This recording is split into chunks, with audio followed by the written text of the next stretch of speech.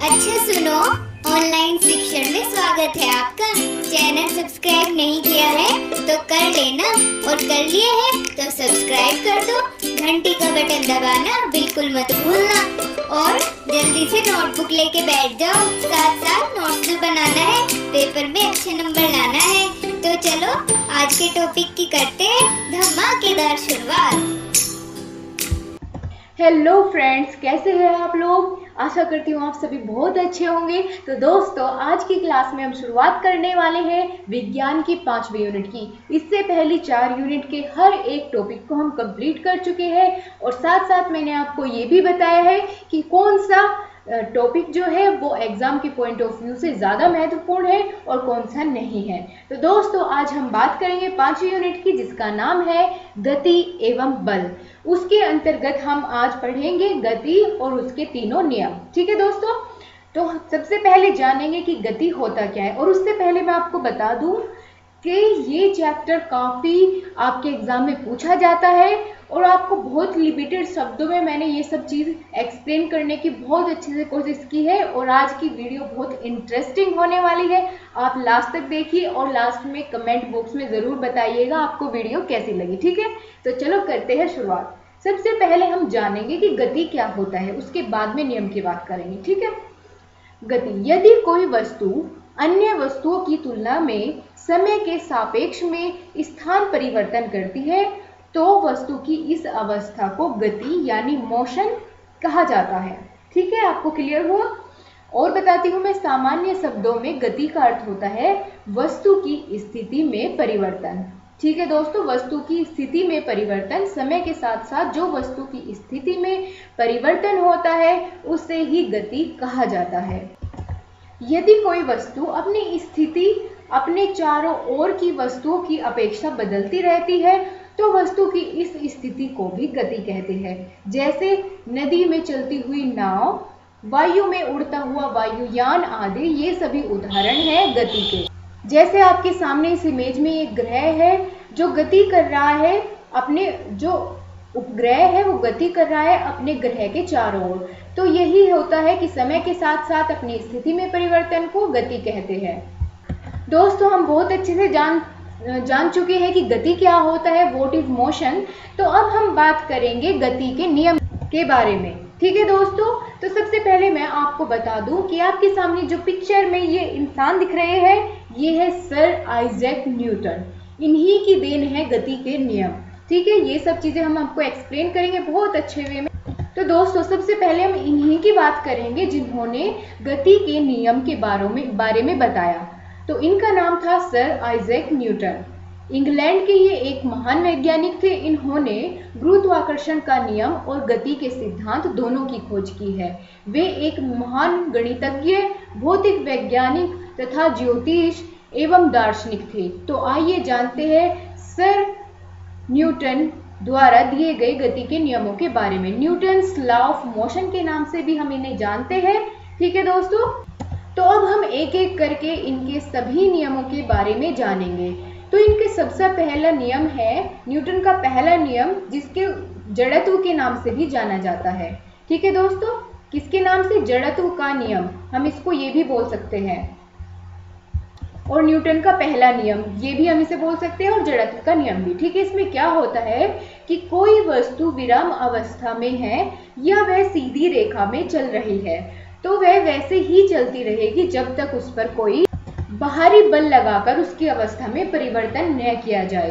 अर्थात ये है कि अगर कोई वस्तु है वो विराम अवस्था में है, अगर वो ऐसे ही रहेगी जब तक उस पर कोई बल नहीं लगता। ठीक है दोस्तों, आपको समझ आया होगा।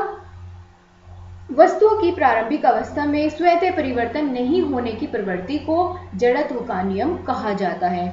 इसलिए न्यूटन के प्रथम नियम को जड़त्व का नियम भी कहते हैं। इसके कुछ उदाहरण आपके सामने मैं पेश करती हूँ। जैसे रुकी हुई गाड़ी का अचानक से चल पड़ना, उसमें क्या होता है कि बैठे हुए यात्री पीछे की ओर झुकते हैं। जब कोई गाड़ी रुकी हुई है, उसमें यात्री बैठे हैं, तो वे अगर अचानक से चलेगी तो क्या होगा, यात्री पीछे की तरफ मुड़ेंगे। और अगर कोई चीज गति में है या गाड़ी गति में है, वो क्या होगी, अगर एकदम से रुकेंगी तो क्या होगा, यात्री आगे की तरफ झुकेंगे।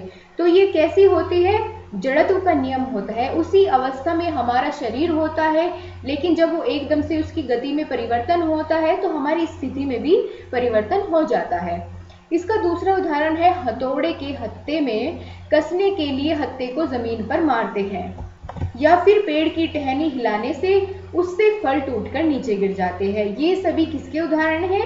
ये है जड़त्व के नियम के। अब आपको एक लाइव एग्जांपल दे दूं छोटा सा, ये रहा। तो जिसकी बात हमने ऊपर की जड़त्व के नियम की, ये वही है कि अगर कोई गाड़ी खड़ी है, रुकी हुई अवस्था में है, उसमें यात्री खड़े हैं या बैठे हैं, अगर वो अचानक से चल देगी तो क्या होगा? यात्री एकदम से पीछे की ओर झुकेंगे, और अगर वो चल रही है अचानक से रुक जाएगी तो यात्री आगे की ओर झुकेंगे। तो यही दर्शाता है जड़त्व का नियम, या फिर Newton first law of motion यही होता है। अब हम देखेंगे न्यूटन का दूसरा नियम, न्यूटन सेकंड लॉ, जिसको हम संवेग के नाम से भी जानते हैं। ठीक है, वस्तु में संवेग में परिवर्तन की दर उस पर आरोपित बल के अनुक्रमानुपाती होती है, तथा संवेग परिवर्तन आरोपित बल की दिशा में ही होता है। या हम इसको एक तरह से और कह सकते हैं कि किसी वस्तु पर आरोपित बल उस वस्तु के द्रव्यमान तथा बल की दिशा में उत्पन्न त्वरण के गुणनफल के बराबर होता है। अगर किसी m यानी मास जिसे द्रव्यमान वाली वस्तु पर F यानी फोर्स बल आरोपित करने से उसमें बल की दिशा में a यानी एक्सीलरेशन त्वरण उत्पन्न होता है, तो दूसरे नियम के अनुसार F = m × a यानी फोर्स बराबर होता है मास × एक्सीलरेशन। ठीक है दोस्तों, ये इसका फॉर्मूला है, ये सूत्र आपको याद रखना है। अब इसके कुछ उदाहरण देखते हैं। आपको कई बार न्यूमेरिकल की फॉर्म में भी कुछ पूछ लिया जाता है, तो आपको इसको याद रखना है। उदाहरण से हम समझेंगे कि समान वेग में आती हुई अगर एक क्रिकेट की गेंद है या टेनिस की गेंद है तो उसे कैच करना आसान होता है। किस तरह से आसान करता है कि जब कोई गेंद आ रही है तो खिलाड़ी अपने हाथों को उसके साथ साथ पीछे खींचता है, जिससे उसके हाथों में चोट कम लगे। ठीक है, कराटे खिलाड़ी द्वारा हाथ के प्रहार से ईंटों की पट्टी को तोड़ना, ये कौन सा नियम है? संवेग का नियम। और अधिक गहराई तक कील को गाड़ने के लिए भारी हथौड़े का उपयोग करना, ये सभी एग्जाम्पल होते हैं संवेग के नियम के या Newton second law of motion के। इसका एक एग्जाम्पल मैं और दिखा देती हूँ, इससे आप नहीं भूलेंगे। आप क्या देख रहे हैं इस पिक्चर के थ्रू कि हाथों की स्थिति बॉल के साथ साथ पीछे की तरफ हो रही है। ठीक है, उसको कैच करते करते पकड़ते पकड़ते बॉल को पीछे की तरफ अपने हाथों को खिलाड़ी खींचता है, जिससे उसके हाथ में चोट कम लगती है। ठीक है, अब आपको बिल्कुल क्लियर हो गया होगा संवेग का नियम। अब हम बात करेंगे Newton third law of motion, Newton के तीसरे नियम के बारे में, जिसको हम क्रिया प्रतिक्रिया के नियम के नाम से भी जानते हैं। तो चलिए देखते हैं इसका क्या अर्थ होता है। प्रत्येक क्रिया के बराबर परंतु विपरीत दिशा में प्रतिक्रिया होती है। ठीक है, क्रिया तो कैसी होती है? सेम डायरेक्शन में, और प्रतिक्रिया होती है विपरीत दिशा में। अब आप समझिए, इसमें विपरीत दिशा में बल लगता है। कैसे लगता है? आप कंफ्यूज मत होइए, मैं आपको अभी क्लियर करती हूँ कि दो वस्तुओं की पारस्परिक क्रिया में एक वस्तु जितना बल दूसरी वस्तु पर लगाती है, दूसरी वस्तु भी विपरीत दिशा में उतना ही या पहली वाली वस्तु पर के जितना ही बल पहली वाली वस्तु पर लगाती है। इनमें से किसी एक बल को क्रिया व दूसरे बल को प्रतिक्रिया कहते हैं, इसलिए इसे क्रिया प्रतिक्रिया के नियम से जाना जाता है। अब इसके उदाहरण देखते हैं।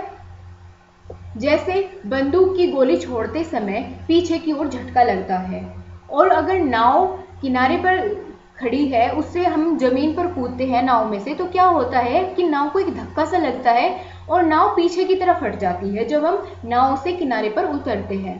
ठीक है, आपने ये चीज तो एक्सपीरियंस की ही होगी। कुएं से पानी खींचते समय अगर रस्सी टूट जाए तो क्या होता है कि जो व्यक्ति उसे पानी को रस्सी के द्वारा ऊपर खींच रहा है, उसे भी पीछे की ओर झटका लगेगा और पानी दूसरी तरफ गिरेगा। तो ये कैसा नियम हुआ? क्रिया प्रतिक्रिया का नियम। अब आपको मैं इसको एक प्यारे से एग्जाम्पल से दिखाती हूँ जिसकी हमने अभी बात की है। वो ये है आपके सामने कि अगर नाव किनारे पर खड़ी है पानी में और उसके अंदर कोई इंसान है, वो जब किनारे से जमीन पर उतरता है तो क्या होता है, आपको इसमें साफ साफ दिख रहा है कि नाव का बल जो है वो किस तरफ को लग रहा है? दूसरी दिशा में, लेकिन इंसान दूसरी तरफ में जा रहा है। तो ये कैसा हुआ? क्रिया प्रतिक्रिया का नियम, क्योंकि ये विपरीत दिशा में लग रहा है।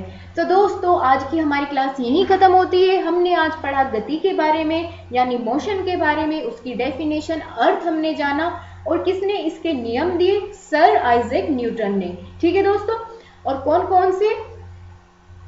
जड़त्व का नियम, संवेग का नियम और क्रिया प्रतिक्रिया का नियम। दोस्तों लास्ट में एक मैं आपको छोटी सी ट्रिक बताती हूँ कि अगर आप ये याद नहीं रख पाते हैं जड़त्व, संवेग और क्रिया प्रतिक्रिया, तो आप क्या याद रखना?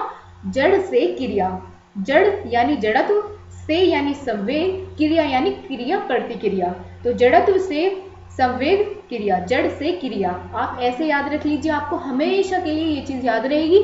मैंने खुद को भी इस तरह से ही याद रखी है। ठीक है दोस्तों, तो चलिए मिलते हैं एक इंटरेस्टिंग टॉपिक के साथ अगली वीडियो में। तब तक के लिए नमस्कार, बाय बाय, टेक केयर। आशा करती हूँ आपको बहुत अच्छे से सब कुछ समझ आया होगा। दोस्तों अगर कोई भी पॉइंट आपको नहीं समझ आया है तो कमेंट बॉक्स में जरूर लिख भेजिए, और अगर आपके कोई भी सुझाव है तो हमारे साथ जरूर शेयर करिएगा। और हमारे टेलीग्राम का ग्रुप नीचे डिस्क्रिप्शन में मिलेगा, आप उसको ज्वाइन कर लेना। और फिर अगर आपकी कोई क्वेरी रहती है मैं आपको अगली वीडियो में उसे जरूर एक्सप्लेन करूंगी। थैंक यू, अपना ध्यान रखिए, खुश रहिए।